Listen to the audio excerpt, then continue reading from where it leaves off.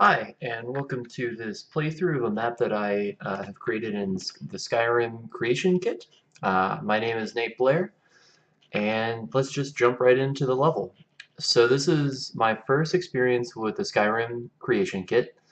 I decided that I wanted to do a role-playing game, and originally I was thinking about doing a Dungeons & Dragons campaign, but I thought it'd also be good to mix the storytelling aspects of Dungeons and Dragons with some video game 3D creation kits. So Skyrim seemed like a natural fit for that. So the basis for this level is that it's a tomb to a well-liked well-liked Jarl. And so as you first enter, you see this large room, which would be the banquet hall. So this is the burial tomb for that Jarl, and there was a great feast in this room in order to celebrate his life and his passing. So right now we have the basic layout for the dungeon. There are no props, but I tried to get the relative size of each of the rooms correct so that the walking distance and the scope and feel of the rooms is correct. So for propping in this room, there'll be banquet halls or banquet tables. There'll be scattered seating. The place has been overrun with bandits and a necromancer. So the necromancer's minions will be throughout this room. It'll be a big combat encounter for the player to start off the dungeon. And then over on the side here we have the servants' entrance. This is where the prepared food would come into the banquet hall. This is a much smaller room. There'll be cooking utensils, pots, pans, stove tops, ingredients in this room. This is more of an optional room for the player to discover a few treasures, a few coin purses if they're feeling like being a completionist. So I was mentioning the story a little bit. The reason that the player is here now is that they got a quest as a tip-off that there were some unsavory characters lurking around the tomb. The NPC didn't know more than that, but as the player ventures into the dungeon, they discover that it is actually a necromancer that is attempting to resurrect the Jarl and use him for his own political gain. That's the last encounter in the dungeon. So in the back of before I move on, the back of the banquet hall has this side passage, small room. So the general common folk would only make it through the banquet hall when celebrating the Jarl. But to the nobles and his close friends, they would take this back hallway, and this leads to the actual burial chamber.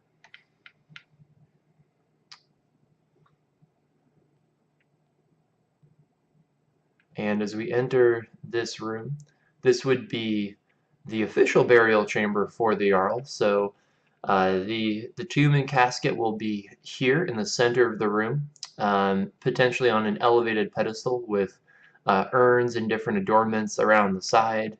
And so you see that there are three passages out of this central burial tomb. So the one on the left here is towards his wife's burial spot. This one on the right is towards his daughter's burial spot. As a child, she died and passed before her time of unnatural causes. And in the back here is a secret exit to this room. So as the player enters here, they won't actually see that this is going to be an open entrance. This will be closed off. And it's the player's job to discover how to open this final door. They might be tipped off that there's a secret door by the bandits talking about there being a secret entrance and journals scattered from the servants, maybe in the servants' kitchen or in this room, maybe hidden inside the tomb itself. So this is the fake burial tomb or burial place for the Jarl. So we go into the wife's burial chamber, and it's much smaller, but it would be adorned with some of her favorite possessions. Her backstory is that she very much liked large bodies of water and the sea and the ocean. So there might be some more like blue flowers, herbs, stories of the ocean and the water, just lining her burial site. And the casket will be placed here on this side of the room. And for the secret entrance, I want it to be controlled by two switches. So inside of that casket, there will be one of the two switches which the player can find to open the secret entrance. And now we're going to make our way back to this main area, back in the Jarl's tomb. And if we take the right passage,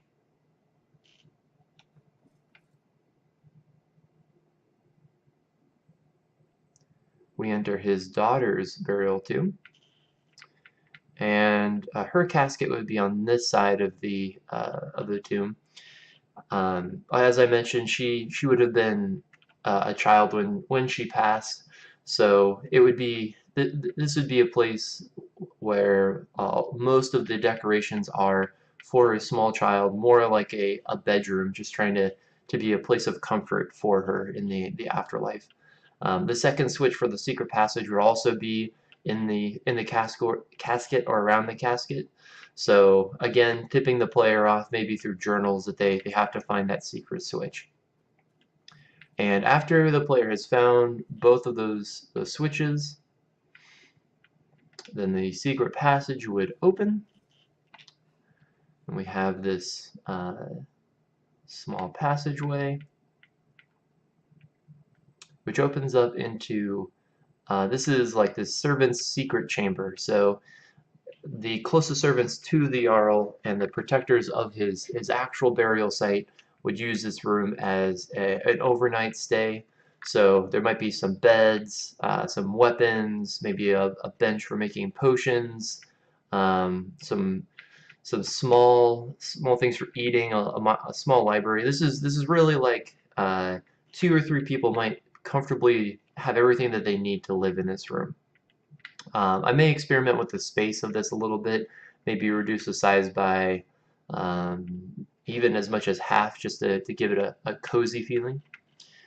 So over on this side of the room we have the double door entrance, and as you enter the second story, it's a much larger, grander room, small in terms of dimensions, but the vaulting ceilings, and this would be the actual burial site for the Jarl and his wife and child. So when the player enters this room, they will fight a necromancer who has already raised the Jarl. So they'll be over on this side. In the final version, I want to have a second story ring. I was experimenting with pieces of the kit to see if there's an easy way to do this. I know I've seen it in some of the bandit forts, but I was not able to find a way to have one perimeter and then the second story. So I think over the next iteration, I'm going to look at some of the kits that have already been created by the actual development team and see how they solve that problem. I'd really like to have some archers for this encounter on the second story, and some passages for the player to take to get up to the second story and fight them. This would be the final encounter for the dungeon. If I have additional time, I may add to like a antechamber or a few additional chambers to before the banquet hall to give it some smaller rooms that the player has to fight or stealth their way through. But yeah, that's the layout for the dungeon, and a little bit of a taste for the story and the flavor. There were a few sections that had to be cut just for scoping issues, but I'm having some fun with my first time with the Skyrim kit. And if you have any thoughts or comments on how the level looks so far, feel free to leave them in the comment section. And thanks for watching.